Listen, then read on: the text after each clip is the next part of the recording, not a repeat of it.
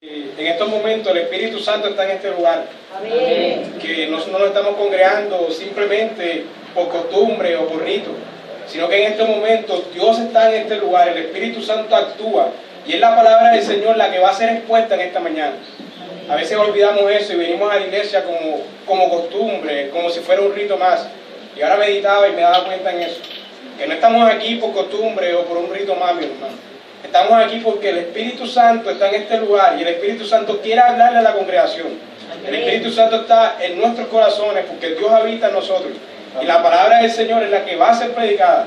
La palabra que Él inspiró durante tantos años, durante 2000 años, y la ha preservado, es esa palabra la que hoy será expuesta. Yo quisiera que usted tenga presente que es la palabra del Señor la que va a ser predicada en esta mañana. No son las palabras de un hombre, no son las palabras de ninguna persona, es la palabra de Dios la que va a ser predicada. Y yo quisiera que tuviéramos eso en mente antes de comenzar el servicio de hoy. De que no es un rito más, de que no es un culto más, sino que el Espíritu Santo está en este lugar y Dios quiere hablarnos esta mañana. ¿Okay? Entonces vamos a iniciar. Hemos estado estudiando, mis hermanos, en estos últimos meses, el Sermón del Monte. Este Sermón del Monte es un discurso que da nuestro Señor al comienzo de su ministerio. Entre el capítulo 5 y 7 de Mateo se encuentra. Este sermón, mis hermanos, se enfoca en el carácter del creyente. ¿Cuál es el carácter de los hijos de Dios? ¿Cuál es el carácter del verdadero creyente? Estas son, mis hermanos, las preguntas a las que el Señor busca dar respuesta por medio de este sermón del monte. El Señor, mis hermanos, quiere eliminar la hipocresía de los fariseos y saduceos. Y quiere mostrarles, mis hermanos, cuál es el verdadero carácter de un hijo de Dios. El Señor quiere mostrar, mis hermanos, cuál es el verdadero valor y significado que le debe dar el creyente a la ley de Dios. El Señor quiere mostrarnos, mis hermanos, cuál debe ser la actitud de los creyentes en medio de este mundo en tinieblas. Eso es lo que el Señor nos quiere mostrar en este sermón. Así que, mis hermanos, por todas estas consideraciones que he dicho, este sermón es de un valor incalculable para la iglesia de todas las edades. Por tanto, mis hermanos, este sermón del monte debe ser de mucha importancia para los creyentes de este siglo y de los siglos venideros. El Señor nos estaba enseñando muchos temas en este sermón. Ya hemos visto, por ejemplo, la bienaventuranza. Ya hemos visto la influencia que ejercen los hijos de Dios en este mundo, como ser la luz y la sal de este mundo. Ya hemos visto también la verdadera interpretación de la ley. Y ahora, mis hermanos, entramos en una etapa del sermón en la que el Señor juzga la hipocresía de la religión judía. En esta parte del sermón del monte, el Señor juzga, mis hermanos, la actitud de los fariseos y los escribas en cuanto a las obras de misericordia. Busca la actitud de ellos en cuanto a dar limosnas, en cuanto a la oración y en cuanto a los ayunos. Porque a veces nuestras oraciones también se vuelven oraciones hipócritas. Hoy, mis hermanos, es el turno de la oración. Y veremos cuál debe ser la verdadera actitud al orar. Cuál debe ser la correcta actitud al orar.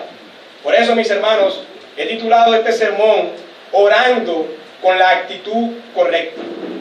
Orando con la actitud correcta. Pero antes de poner este sermón, vamos a orar para que el Señor aplique esta palabra a nuestros corazones. Señor, te damos gracias, Padre, porque nos permite reunirnos un día más como tu pueblo, Señor. Como veíamos esta mañana, tu pueblo bajo tu gobierno, Padre. Y tú en ese infinito gobierno, Señor, en ese sabio gobierno, has querido dejarnos un libro, Padre, para nuestra santificación. Como dice tu palabra, santifícanos en la verdad, pues tu palabra es la verdad, Señor. Y hoy queremos exponer esta palabra y queremos exponer esta verdad, Señor. Pero no queremos hacerlo sin que tú estés aquí, Señor. Qué ridículo sería, Padre, que predicáramos tu palabra y que tú no estuvieras en medio de ella, Señor. Quisiéramos que tú estuvieras y que tú estés, Señor, en este lugar, en medio de nosotros y aplicando esta palabra en nuestros corazones, Señor. Que no sea una palabra que entra por un oído y sale por otra, no, Señor. Queremos que sea una palabra que nos confronte, Señor. Que sea una palabra que se ata a nuestro cuello y que se ata a nuestros corazones, Padre. Háblanos, Padres, porque hoy venimos a escucharte, Señor. Hoy no hemos venido a adorar a ninguna otra persona, sino que te hemos venido a adorar a ti, Señor. Así que háblanos, Padre, confróntanos, anímanos y consuélanos a través de tu palabra, Señor. Y enséñanos a orar, Señor. Enséñanos a orar de verdad con la actitud correcta, no para que seamos escuchados, Señor, sino orando para ti, Señor. Orando y teniendo comunicación contigo, Padre. Así que ayúdanos en esta mañana, Señor, y está en medio de nosotros, Padre. Te lo pedimos en el nombre de tu Hijo amado Jesucristo. Amén. Amén. Ok, mis hermanos, vamos al libro de Mateo. Mateo capítulo 6.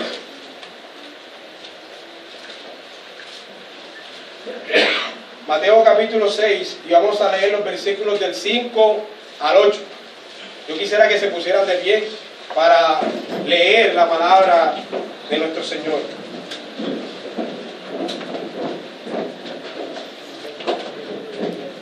Dice la santa palabra del Señor: y cuando ores, no seas como los hipócritas, porque ellos aman el orar en pie en las sinagogas y en las esquinas de las calles para ser vistos de los hombres.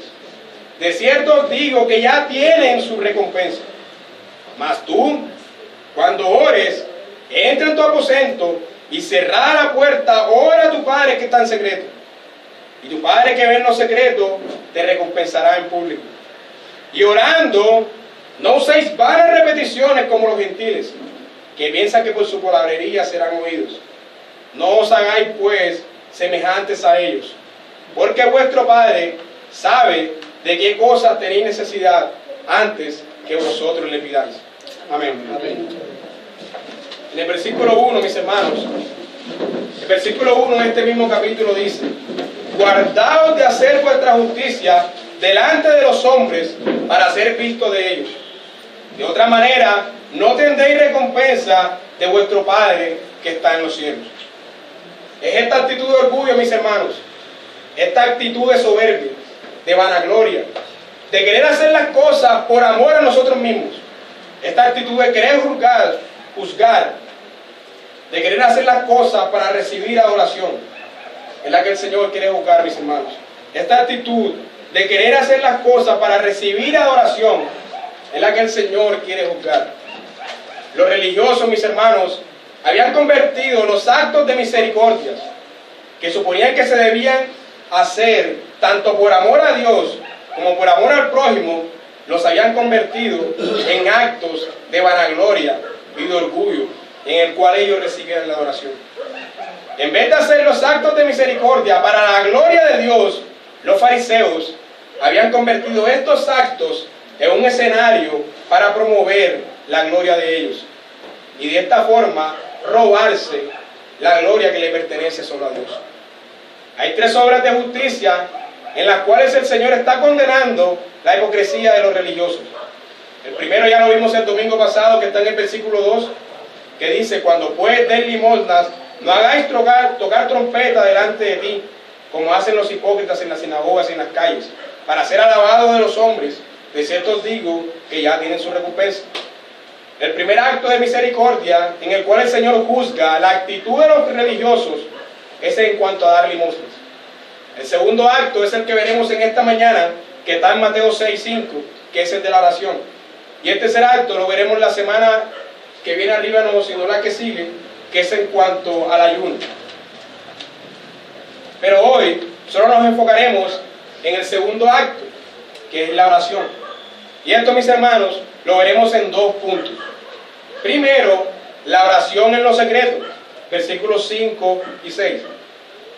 Y segundo, la oración sin palabrería, versículos 7 y 8. La oración, mis hermanos, es un medio de gracia que el Señor ha establecido para comunión con Él. La oración es un medio de gracia que Dios ha establecido para comunicarnos con Él. La oración, mis hermanos, es un medio en el cual Dios nos consuela, en el cual Dios nos escucha, en el cual Dios nos habla. La oración es un medio en el cual Dios nos da de su paz, de su amor, de su santidad. La oración es un medio en el cual tenemos una relación real y honesta con Dios. Es un medio, mis hermanos, para la relación íntima de los hijos con su Padre.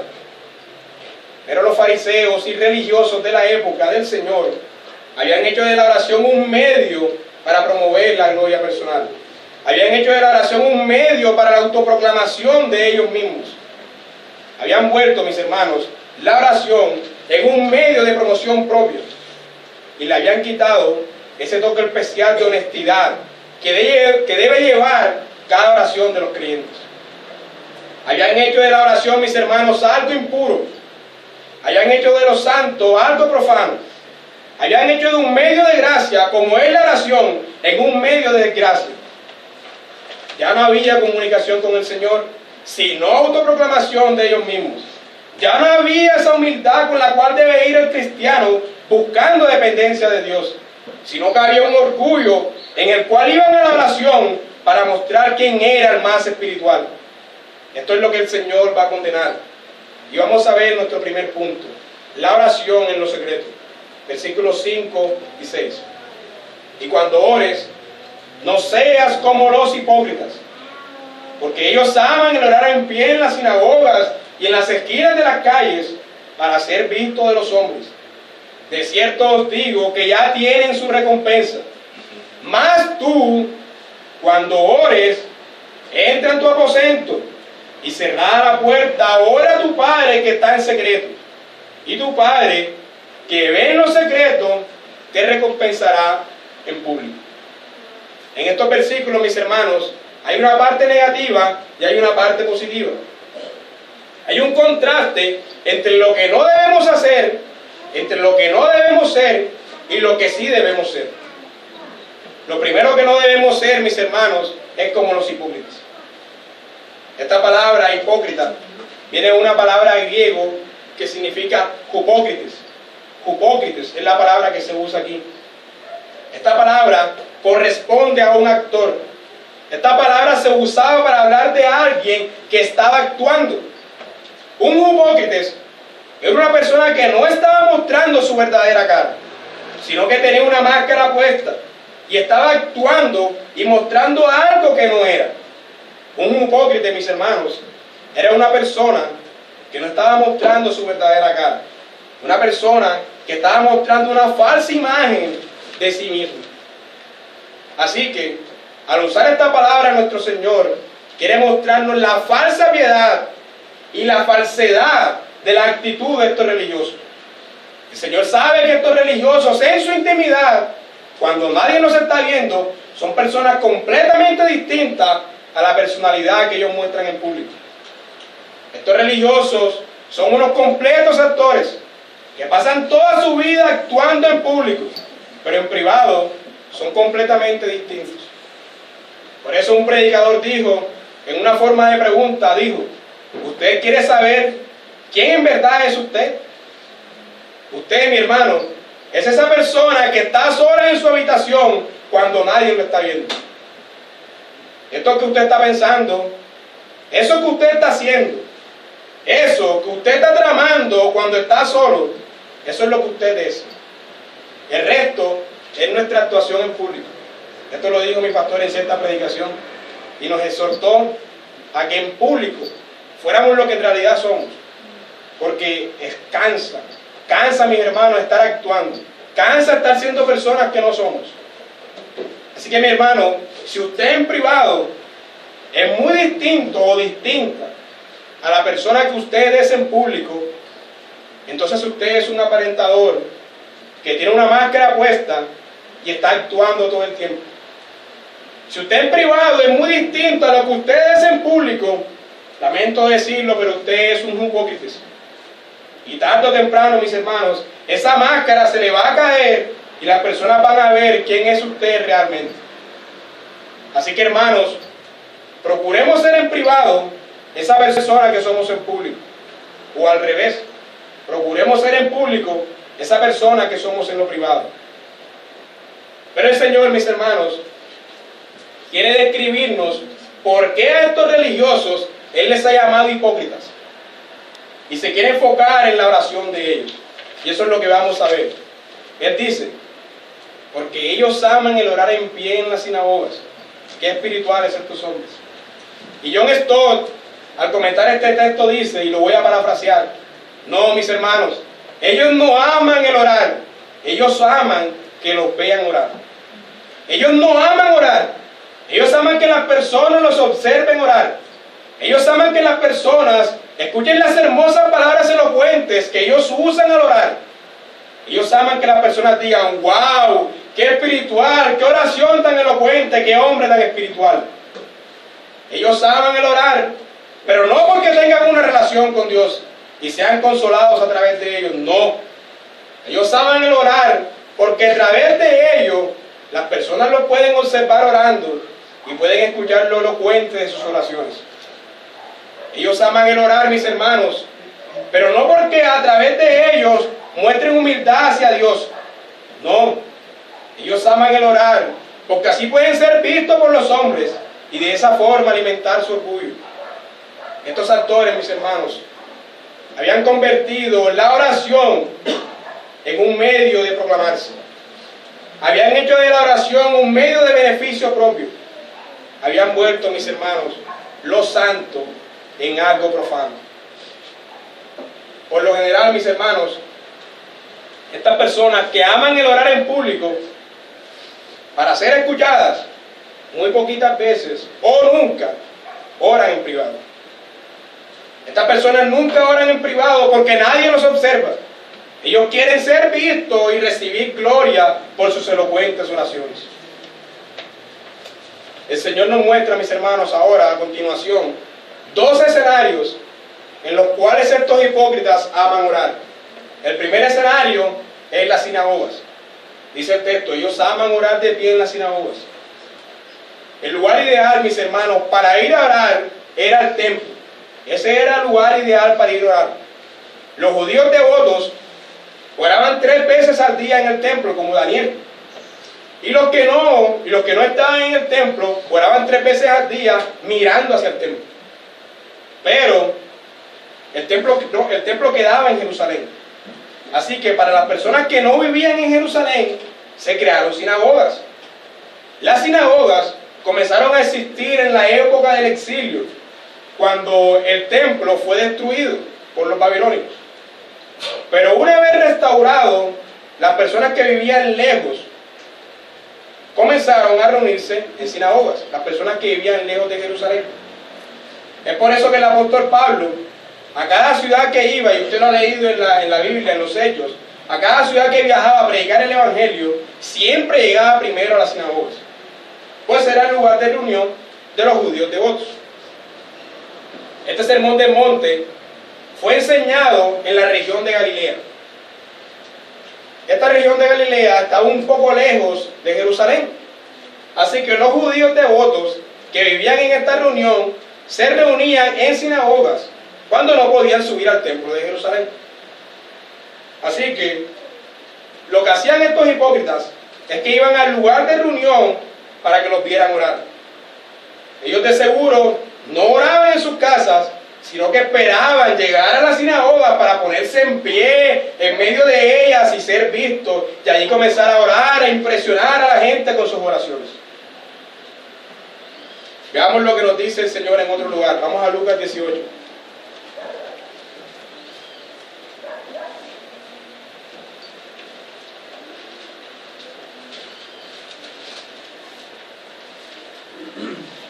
Lucas 18, versículo 9.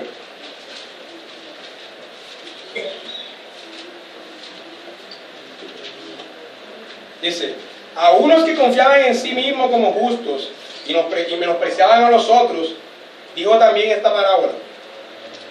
2 hombres subieron al templo a orar, uno era fariseo y el otro publicano.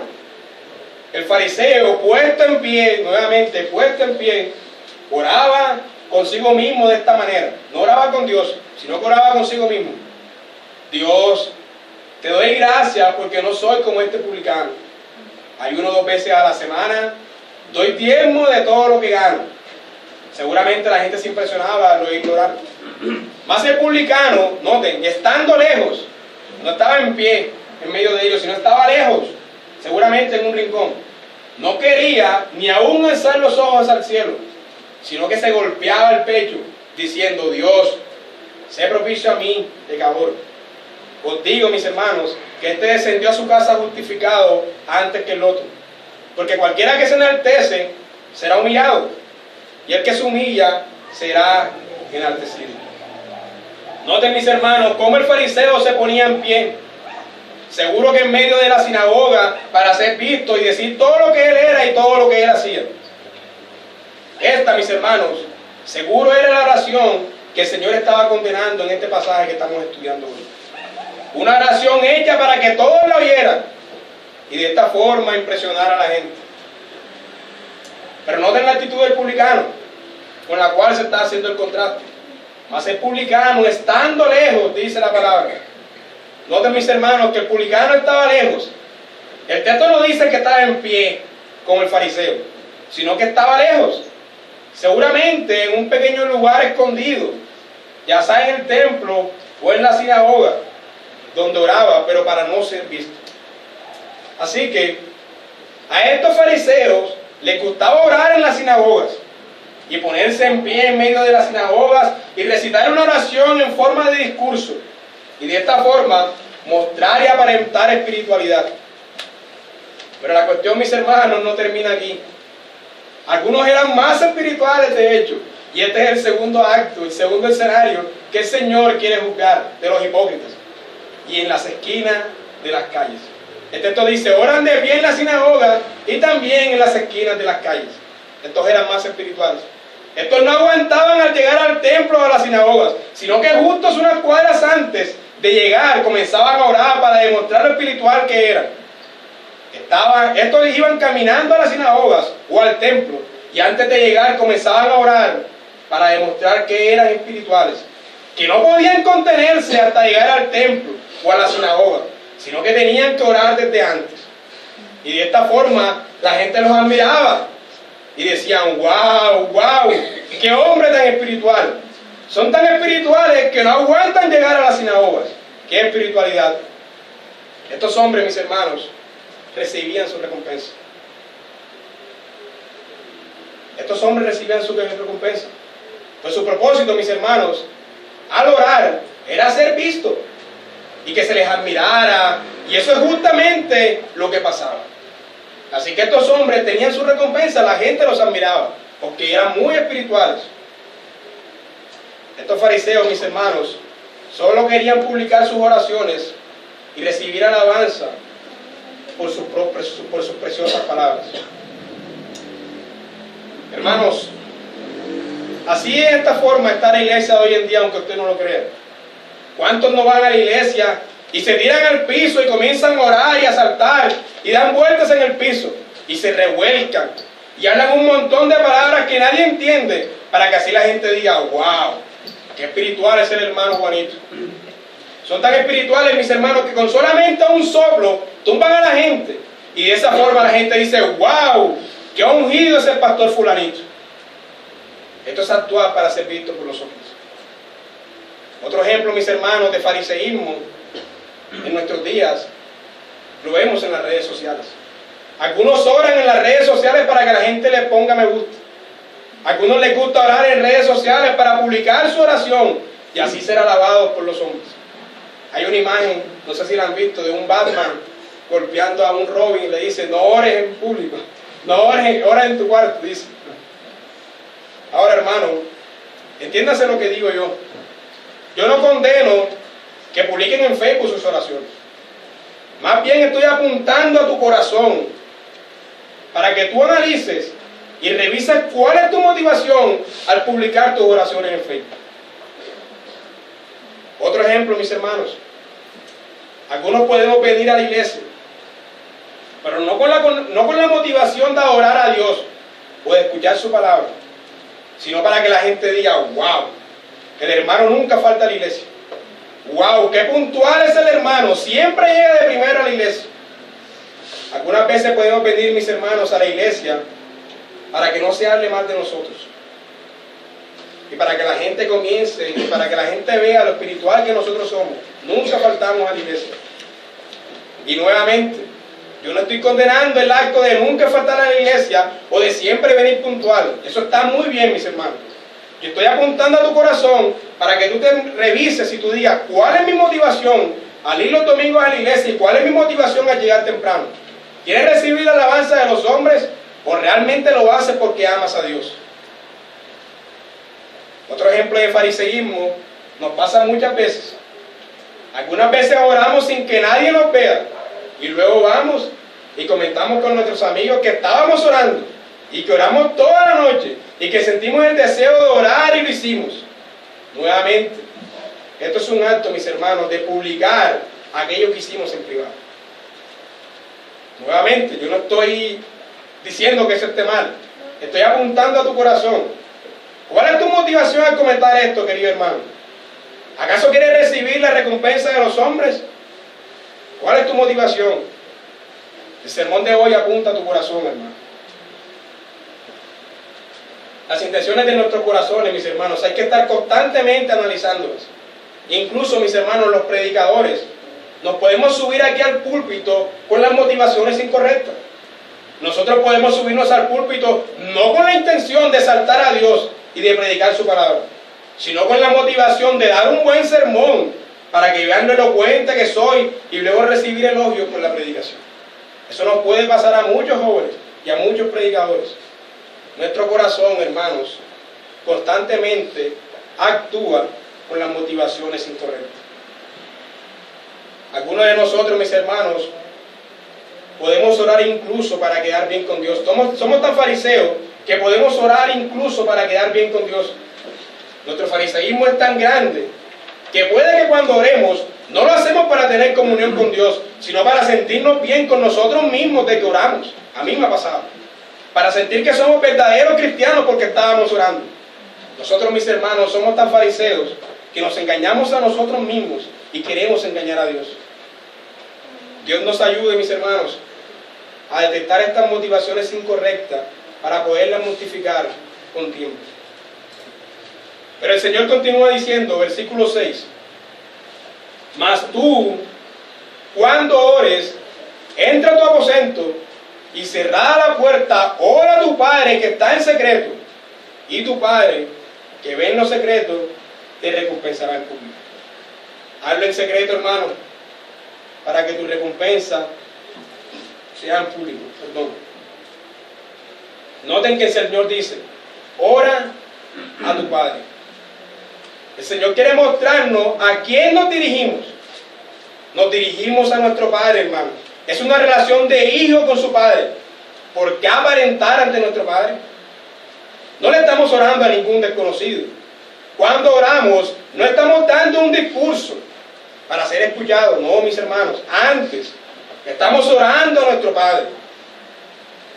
Más que un discurso elocuente, mis hermanos, es una relación. No hay por qué aparentar ante nuestro Padre. Hay que dirigirnos a nuestro Padre en lo secreto. Yo les quiero mostrar el ejemplo de Cristo en su oración. Nosotros, mis hermanos, los predicadores, a veces comenzamos a proclamar y a enseñar cosas que no vivimos. Pero no es así con nuestro Señor Jesucristo. Jesucristo, mis hermanos, era el maestro por excelencia. Todo lo que Él enseñaba, lo ponía en práctica. Notemos su ejemplo en las Escrituras. Vamos a ver 3 pasajes. Mateo 14, 23.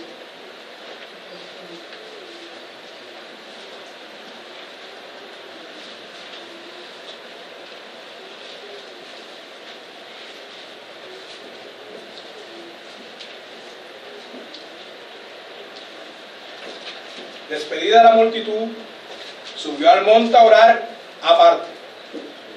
Y cuando llegó la noche, estaba allí solo. Lucas 5, 16.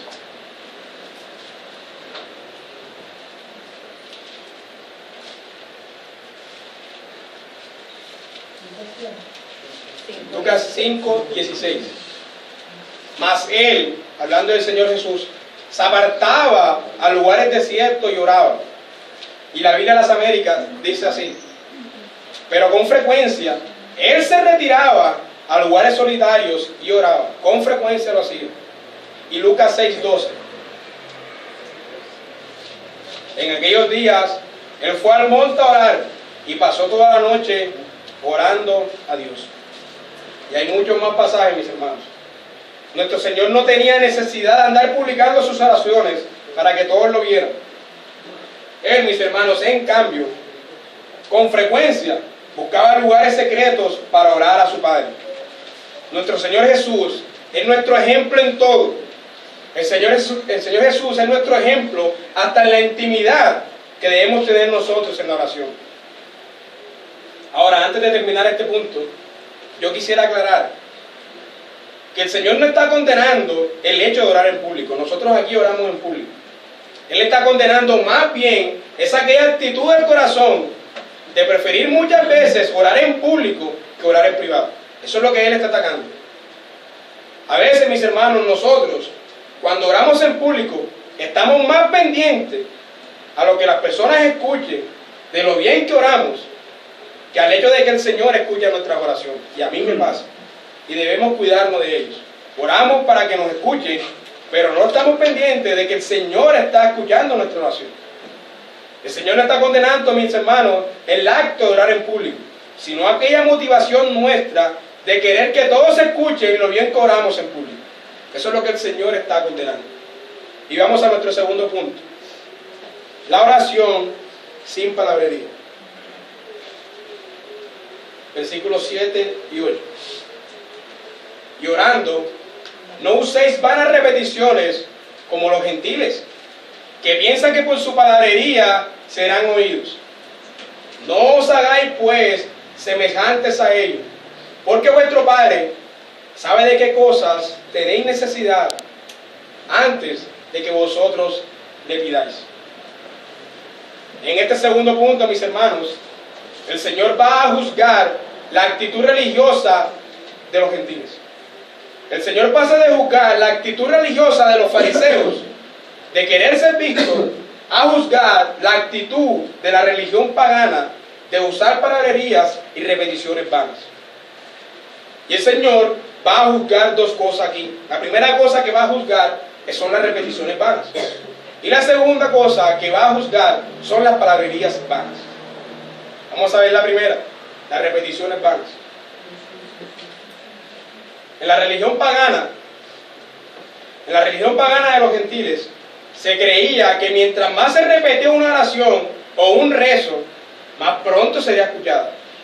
Así que los paganos, mis hermanos, solían usar algunas palabras y repetirlas un montón de veces, y a través de ellos creía que serían contestadas. Y en nuestros días nosotros tenemos varios ejemplos de eso. Por ejemplo, el ejemplo de la religión católica romana. Cuando una persona muere, los católicos romanos van y rezan un rosario. Así pasó con mi abuelo. Y mientras más lo repetían, más creían ellos que serían oídos. Eso es un rito. De la misma manera, también ocurre con la confesión de pecados. Cuando el católico romano va y confiesa sus pecados, el cura le dice cuántas veces debe repetir el rosario para de esa forma ser perdonado. El hecho, mis hermanos, que está condenando aquí el Señor es ese acto de creer que mientras más repitas una oración o unas palabras, más serán escuchadas. El Señor es claro, mis hermanos, en condenar este acto y en denominarlo una práctica pagana. Ahora, mis hermanos, el Señor no está condenando el acto de repetir una oración, porque nosotros repetimos oraciones, sino que está condenando el acto de creer que mientras más repitas esa oración, más será escuchada. Eso es lo que el Señor está condenando. Este pensamiento, mis hermanos, es un pensamiento pagano, porque los paganos no entienden a quién se dirigen cuando oran.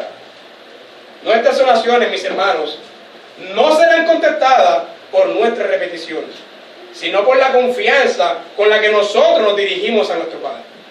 Es allí donde está la respuesta a la oración.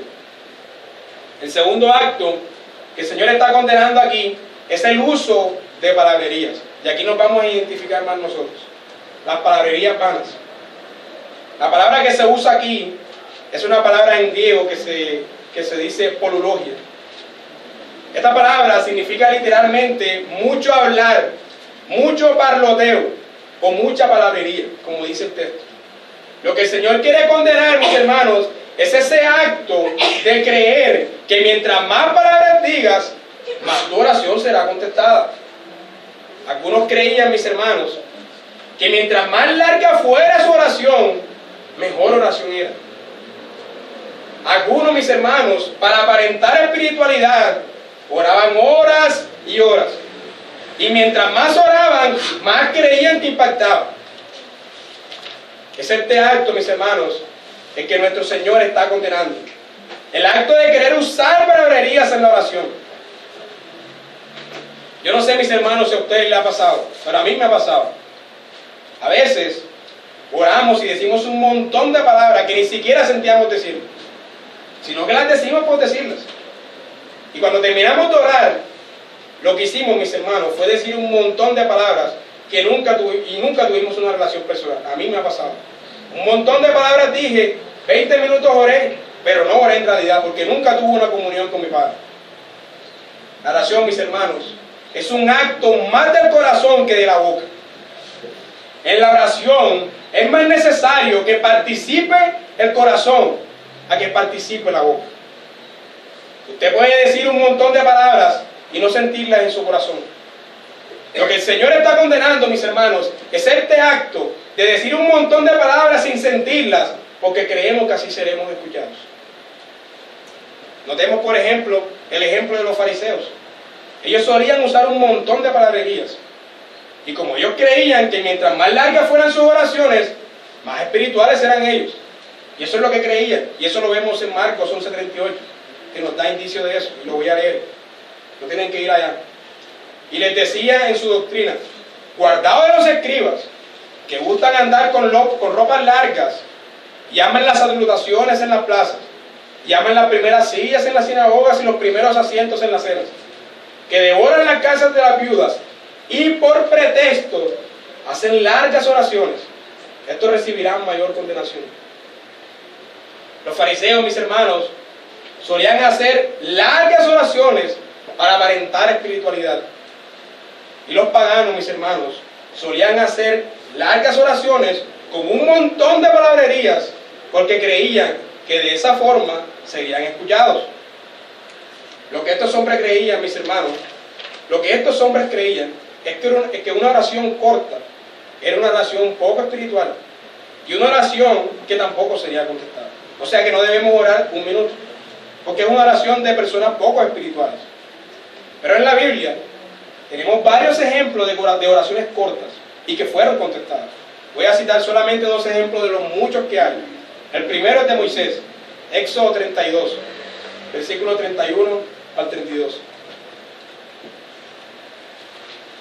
Entonces volvió Moisés a Jehová y dijo: te ruego, pues, este pueblo ha cometido un gran pecado, porque se hicieron dioses de oro, que perdones ahora sus pecados, y si no, rehazme ahora de tu libro que has escrito. Y en el versículo siguiente el Señor contesta la oración. Una oración corta, no creo que haya durado más de 5 segundos. Elías también, Primera de Reyes 18:36. Cuando llegó la hora de ofrecerse el holocausto, se acercó el profeta Elías y dijo: Jehová, Dios de Abraham, de Isaac y de Israel, sea manifiesto que tú eres Dios de Israel y que yo soy tu siervo, y que por mandato tuyo he hecho todas estas cosas. Respóndeme, Jehová, respóndeme, para que conozca tu pueblo, oh Jehová, que tú eres el Dios y que tú vuelves a ti el corazón de ellos. Esta es la oración de él, 10 segundos como mucho. En este pasaje, yo no sé si ustedes recuerdan, hay 400 profetas y está Elías. Y los 400 profetas duraron todo un día orando y repitiendo un rito para que su Dios hiciera algo. Y esa es la oración del pagano. Duraron todo el día repitiendo, diciendo un montón de palabras. Y luego viene Elías y dice estos 2 versículos y ¡puf! Y cae la respuesta de Dios inmediatamente. Esa es la diferencia entre el Dios al que se dirigen los cristianos y el Dios al que se dirigen los paganos.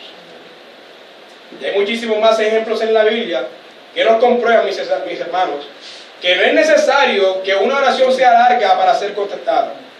Nos comprueban, mis hermanos, que en la oración es necesario que actúe más el corazón que la boca. Las oraciones, mis hermanos, no son contestadas por el número de palabras que se digan, sino por la confianza que hay en nosotros hacia nuestro Padre. Y nosotros, mis hermanos, podemos caer en el mismo error de creer que mientras más largas sean nuestras oraciones, o mientras más palabrerías hermosas usemos en la oración, o mientras más repitamos una oración, más rápido serían escuchadas. Nosotros podemos caer incluso en este error. Hermano, lo que el Señor está diciendo es que los que piensan así son los paganos. Alguien que realmente conoce a Dios sabe que sus oraciones son contestadas no por la cantidad de palabras que se digan, ni por la cantidad de palabrerías que se usen. Un verdadero creyente sabe que sus oraciones serán contestadas porque van dirigidas a su Padre. Eso lo sabe un verdadero creyente. Y esto, mis hermanos, es lo que el Señor va a reprender ahora en el versículo 8. No os hagáis pues semejantes a ellos, porque vuestro Padre sabe de qué cosas tenéis necesidad antes que vosotros le pidáis. Cuando nosotros oramos, mis hermanos, nos dirigimos ¿a quién? A nuestro Padre. No hay necesidad de creer que por las muchas palabrerías que se digan serán oídos. Lo que el Señor quiere enseñarnos, mis hermanos, es que cuando oramos nos dirigimos a nuestro Padre. Así que debemos ir a la oración con la confianza de hijo, sabiendo que nuestro Padre contestará la oración por ser nuestro Padre, mas no por nuestras palabrerías. El Señor ya sabe, mis hermanos, de qué cosas tenemos necesidad antes que nosotros oremos. Esa es la razón que el Señor está dando. Así que no son nuestras palabrerías las que harán que Él nos conteste. Él nos contestará, nuevamente lo repito, por ser nuestro Padre, mas no por nuestras palabrerías. Eso es lo que este texto claramente está diciendo. No lo estoy inventando yo. Mi hermano, no es como cuando usted va a un trabajo o a un lugar en el cual usted quiere impresionar para que usted lo coja. No, mi hermano. Cuando usted va a un trabajo, usted quiere impresionar, ¿cierto? Para que lo cojan. Pero no, mi hermano. Con nuestro Padre no hay que impresionarlo. Con nuestro Padre hay que ser honesto. Pues ya Él conoce y sabe cuáles son nuestras necesidades. Estudiar las oraciones de nuestro Señor Jesucristo, mis hermanos, nos ayudará mucho a saber cómo orar. Y eso es lo que veremos el próximo domingo. Pues ya no hay tiempo para eso. Pero yo les invito a leer Juan 17. En Juan 17 podemos ver cómo nuestro Señor hace una oración larga, pero una oración donde su corazón actúa más que su boca. Y para aclarar, quiero dejar claro que el Señor no está condenando, mis hermanos, el hecho de hacer oraciones largas, o de repetir oraciones, o de usar palabrerías reverentes en la oración. El Señor está condenando es el hecho de la actitud del corazón de creer que por estas cosas nuestras oraciones serán contestadas. Eso es lo que Él está atacando. El cristiano, mis hermanos, así que la conclusión es que no debemos ser hipócritas como los gentiles de querer orar para ser vistos. Perdón, no podemos ser hipócritas como los fariseos de querer orar para ser vistos. Ni tampoco ser ignorantes como los paganos de querer usar un montón de palabras y de repeticiones en la oración para ser escuchados. El cristiano, mis hermanos, es consciente que cuando él ora a su Padre. Así que no hay necesidad de impactarlo. No hay necesidad de impactar a nuestro Padre.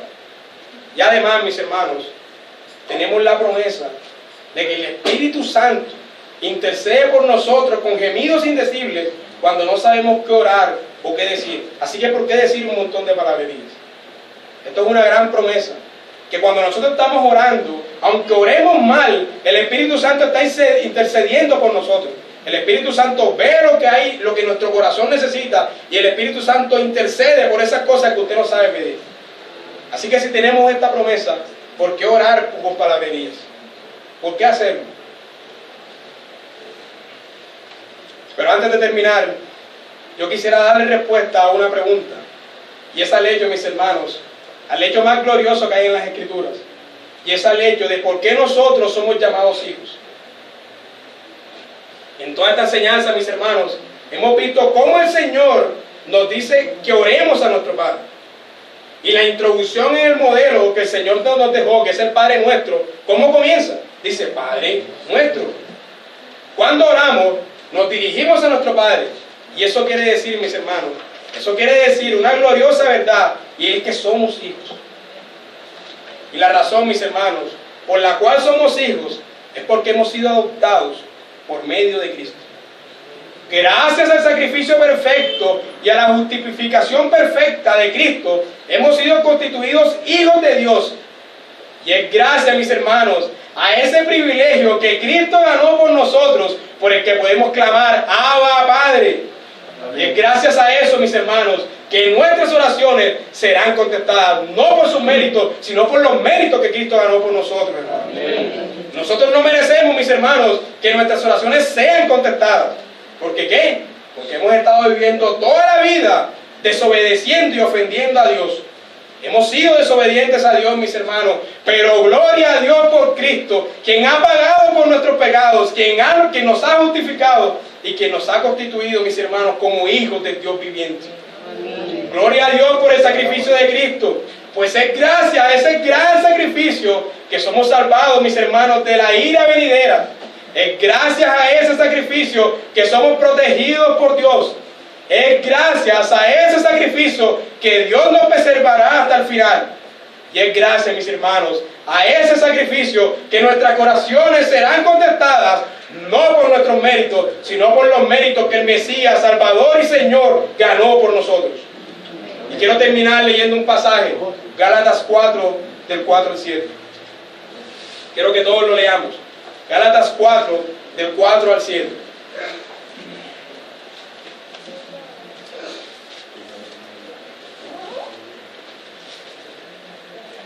Gálatas 4, del 4 al 7. Y dice: pero cuando vino el cumplimiento del tiempo, Dios envió a su Hijo, nacido de mujer y nacido bajo la ley, para que redimiese a los que estaban bajo la ley, a fin de que recibiésemos la adopción de hijos. Y por cuanto sois hijos, Dios envió a nuestros corazones el Espíritu de su Hijo, el cual clama, Abba, Padre. Así que ya no eres esclavo, sino hijo. Y si hijo, mis hermanos, también heredero de Dios por medio de Cristo. Amén. La gloria sea a Dios por los siglos de los siglos. Amén. Amén. Vamos a orar para terminar.